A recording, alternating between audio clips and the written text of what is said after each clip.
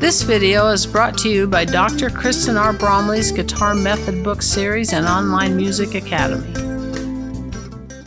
Hi, I'm Dr. Kristen Bromley. Welcome to my online academy. I love being here helping you with playing the guitar. In this video, I'm going to go over the best way to approach holding the guitar. Now, this can be really valuable to you if you are brand new at playing the guitar and you want to get started in the best way possible. It could also be really helpful to you if you've been playing a while and you want to improve your technique. How we hold the guitar matters. Now, before I dive in, I will mention that this video does accompany the introductory section of 3 of my method books. Chords and Harmony, books 1 and 2. Note Reading, books 1 and 2. Both of those are 2 books combined into one volume. So Chords and Harmony books 1 and 2 is actually one book. Note Reading books 1 and 2 is actually one book. And then also the tablature book. If you have one of those books and you look on page 3, you'll find some visual images and some explanation about how to hold the guitar. So you can find some reference materials there in the book. Okay, so the most important thing as we're holding the guitar is to reduce the tension in our body. If we can avoid tension, if we can keep our muscles relaxed, we're able to play better and avoid injury, or we have a better chance of avoiding injury. If we play too much or do something too much and strain those muscles, then of course we can get injured. But if we're straining things because we're adding tension to the joints, to the muscles, to the ligaments, to the tendons in our body, then we're going to increase our chances of being injured. So the most important thing is to avoid tension. And so as you're playing and as you're learning, if you're doing something that maybe isn't quite what somebody would call technically correct, be aware, am I causing tension in some joint, in some part of the body?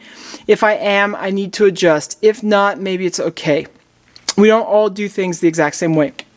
But avoiding tension, the most important thing. So we'll just stand here. You want to be at a nice neutral position. If your back is turned, you're over, you're back, you're sideways, there's going to create tension and you can get some pain there. If the shoulders are scrunched up, if it's over, if your wrists are bent or something, you can feel that tension. If you walk around like that all day, you're going to have some pain. So when we're playing the guitar, we want to avoid those things. Nice, neutral position.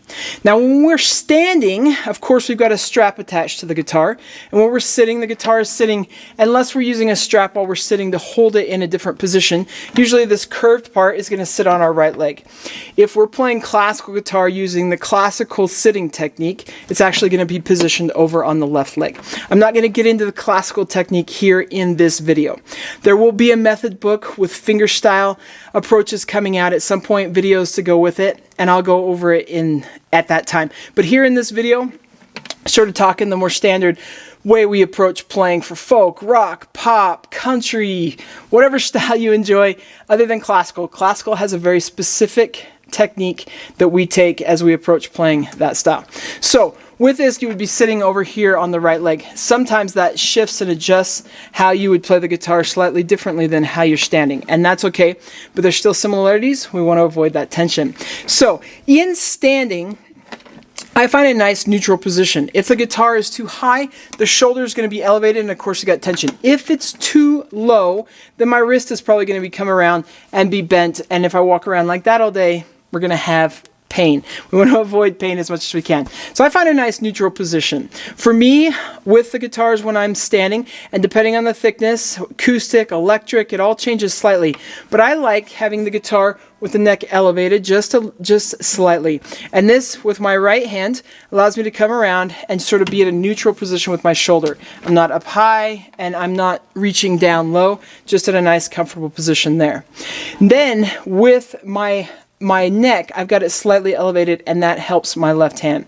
Now, when we sit down, we have the contact point on our leg. Usually, because of the curve, it's going to pull the guitar back just a little bit, and it's going to lower the neck and pull everything back. And that's still okay. You can find a comfortable position. Let's talk with the right hand first.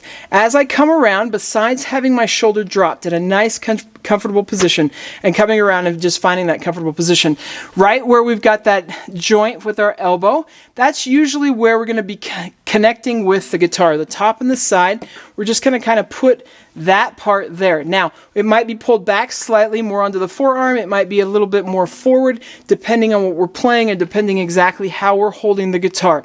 Sometimes mine rests in a different place a little bit when I'm sitting down versus when I'm standing. So all those things are okay, but the important thing is that it's in a comfortable position for your shoulder. So just pay attention to if you're in an uncomfortable position for your shoulder. Then I want to just be able to wave that hand nice and freely. And so I can do that if I'm gently in that spot on the guitar. Or if I'm pulled back, I can still do it a little bit or come forward. If I was playing single notes, I might anchor on the bridge or something, and I could still move that wrist nice and freely. Everything's just nice and relaxed, and there's no strange bends anywhere that are causing any kind of pain. So pretty easy on the right hand. On the left hand, it gets a little bit more tricky. As we're playing, it can be hard sometimes not to bend this wrist. Of course, it is okay to have a little bit of play in the wrist, but we really want to avoid overextending it one way or the other. For me, when I'm standing and when I'm sitting, but when I'm standing, I like to have the neck nice and elevated and have the guitar positioned high enough that I can actually approach the neck from below and keep that wrist nice and straight. Now, as we're approaching it, and I'm going to demonstrate this as if my index is coming around to the 5th fret. When we come around, if we keep that nice and relaxed, nice and straight, my left shoulder, notice that it's not up, it's not out, it's not over. As I come around to do this, I want to drop that hand nice and easy, just be nice and relaxed, and then just come around. I turn that arm, come around nice, and naturally connect with the fingerboard. So nice and straight. As I do this, if I'm playing single notes and my index is at that 5th fret, in demonstration here, if you want to match what I'm doing, my index is at the 5th fret. So my thumb is going to be either behind my index finger, behind my middle finger, or in between the two most of the time. If I'm playing single notes, it's probably just going to naturally come right between those two. The idea as I come around is that this part of the hand is equally distanced from the neck. So I'm not bending one way or the other, but it's nice and equally distanced. My fingers, and it might be about a finger's width or 2 fingers width away, my fingers are going to curl up as I play higher, and they're going to extend more as I play lower. The thumb is going to be positioned, like I said, probably somewhere around the 2nd finger, the 1st finger in between the two, and it's going to use this part of the thumb to be right on the back around the center of that neck. So not overly high and not overly low, but kind of around the center of it, using that more meaty part right there of the thumb. So that's just kind of the general positioning. And then I can play those notes there. I'll just play one on each fret and curve those fingers. They go tighter and extend back down, keeping this hand an equal distance. Now there's times with certain techniques that we will actually turn to the side. Maybe if I was playing some blues or something, I might turn and pull. But if we set ourselves up this way in general, my thumb's up here, I have completely restricted what my fingers can do. They can't move near as fast. And my shortest finger, which is probably the pinky for most of us, is now reaching the farthest distance. And my index finger is trapped here against the neck. So generally speaking, when we're playing single notes, then we want to be in that positioning. If we're playing bar chords or something like that up here on the neck, I want to maintain that same thing with the wrist, nice and straight, coming at the guitar neck from underneath, just like so. And I can play those without bending my wrist in some way, jazz chords and so on. There are times when I'm playing some of these chords, some of these jazz chords or something, where my thumb might go a little bit farther to the left than the index finger. So there might be a little bit of change in the positioning as you're playing chords. Chords do that to us a little bit. But the most important thing is to avoid tension. So as long as I'm not getting a bunch of tension here, then we're okay. And as I mentioned, there is a little bit of play. A little bit of play is okay, but overextending or being extended for a long period of time is going to create pain and we can have injury. So there's like that. Now, if we're sitting or you like to have your neck lower, you say, I can't come under the neck. You're right, you can't. Not without creating tension. So what happens in cases like this is instead of being nice and up, I have to drop my elbow back. Our elbow drops back further.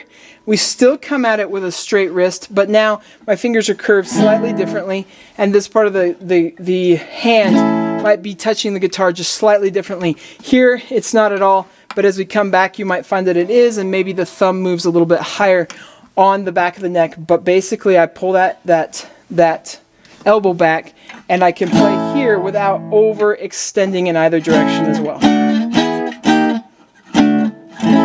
So just like that. Now, if you're just getting started, you're like, oh, yeah, I'm going to be playing bar chords or up the neck for a while. That's true. When we're playing down in first position, so those single notes, the thumb can go behind the second fret, and you may find yourself turning just a little bit because you're down there. But otherwise, the wrist can nice and freely go right at that elbow joint up and down the neck without much problem. When we get down here, if we turn it a little bit at times, especially as you're first getting started, it's okay. And it really depends on the style you're playing. Classical style, it's going to matter. It's going to restrict what your hands can do with those intricate pieces. But if we're just playing simple melodies or a melody thrown in really fast, intermixed with chords, sometimes it's not going to matter if our fingers are as restricted. So the important thing, though, down here is to avoid tension. A lot of times when we're playing these first position cowboy chords or the basic chords that we all play, some teachers might get all worried about if this thumb is poking out. It doesn't fit the classical style playing. It's actually okay here. It doesn't bother me too much because the wrist is not agitated. We're not bending it. If I'm bending the wrist, then it's a problem. But you can find a nice, comfortable position sometimes using the webbing to play these chords, especially as you get started. But just it gives a little bit of relaxation, and you don't have to try and do this positioning where the thumb stays behind that second fret. I can make playing the chords a little bit less comfortable to you. So it is okay to use the webbing and have that down here in first position for that style of playing. And play these chords. Our fingers do become restricted, but it's okay. And sometimes when we're playing melodies, along with the chords, we'll keep it restricted. But if we need that freedom, then we want to go back to that same positioning as up here, where that thumb is going to, in this case, be behind that second finger or that index finger, or kind of in between the two. It's usually around the second fret, behind that second fret, positioned in the middle, with those fingers positioned the same way we would do higher. But when we're playing first position chords, it's okay. And if we're playing those melodies and we need to keep that there in between in that style, it's okay as well. But there does create a restriction when our thumb comes up and we start using the webbing, especially for playing individual lines or classical pieces and that sort of thing. But those cowboy chords, it's all about not overextending that wrist, not creating tension. Keep everything nice and relaxed. The fingers can stay nice and relaxed doing this. Okay, so I hope that helps. Hope that gets you started with holding the guitar, playing the guitar, helps you improve your technique. Keep having fun, and we'll see you in more of these videos. Thanks for watching this video. If you found it helpful, please hit the like button and subscribe to the channel. And be sure to check out more great content. You can find more information about me and my products at KristenBromley.com. Take care.